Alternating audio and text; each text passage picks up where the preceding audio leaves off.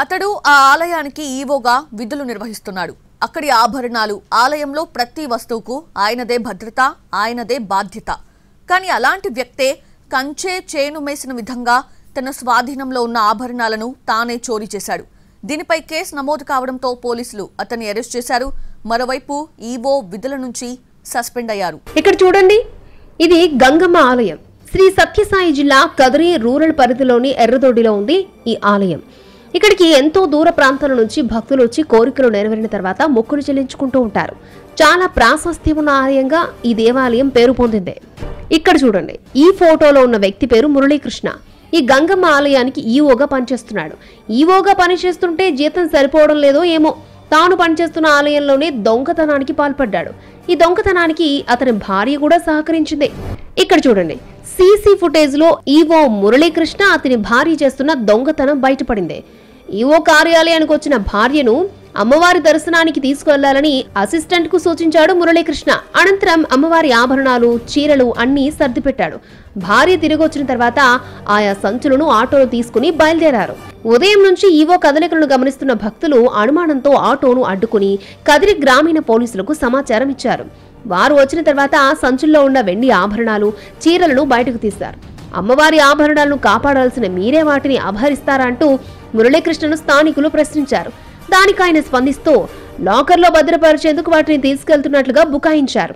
అతని భార్య సైతం తాను ఆభరణాలను తీసుకు వెళ్లలేదని పొంతనలేని సమాధానం చెప్పారు. దీనిపై స్థానికులు మండిపడ్డారు. ఆదివారం రోజు ఏ లాకర్లో పెడతారని నిలదీశారు. ప్రభుత్వం ఆదేశాల మేరకు ఈవోపై పోలీసులు కేసు నమోదు చేసి అరెస్ట్ చేశారు. వెండి ఆభరణాలు, చీరలను స్టేషన్ కు తీసుకెళ్లారు.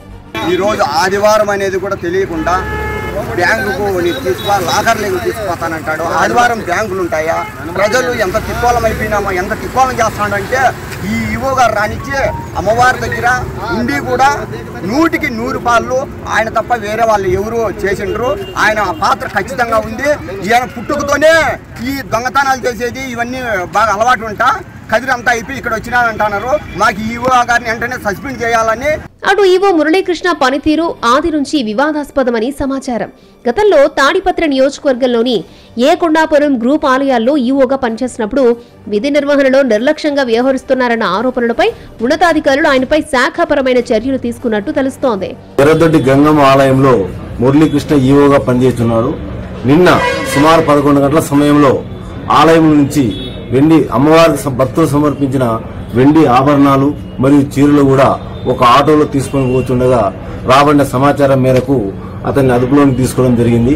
ఈ విషయం గురించి ఉన్నతాధికారులతో విచారణ చేయకుండా చేస్తే తెలిసిన అంశం ఏమనగా అతనికి ఏ ఉన్నతాధికారి కూడా ఆలయంలో ఆభరణాలు తీసుకుపోవాలని చెప్పలేదు. అందువలన ఆ విధంగా చేయడం చట్టరీత్యా నేరం కాబట్టి టెంపుల్ ఇన్స్పెక్టర్ గారు ఇచ్చిన ఫిర్యాదు మేరకు అతని మీద కేసు నమోదు చేసి ఈ దినం అరెస్ట్ చేసి రిమాండ్ పంపడం జరిగింది. ఎర్రదొడ్డి గంగమ్మ గుడిలో ఆలయ ఈవోనే చోరీకి పాల్పడ్డ ఘటనపై సీఎం చంద్రబాబు ఆగ్రహం వ్యక్తం చేశారు. ఈవో మురళీకృష్ణను సస్పెండ్ చేయాలని దేవాదాయ శాఖ అధికారులను ఆదేశించారు. వెంటనే కేసు నమోదు చేయాలని పోలీసులకు స్పష్టం చేశారు.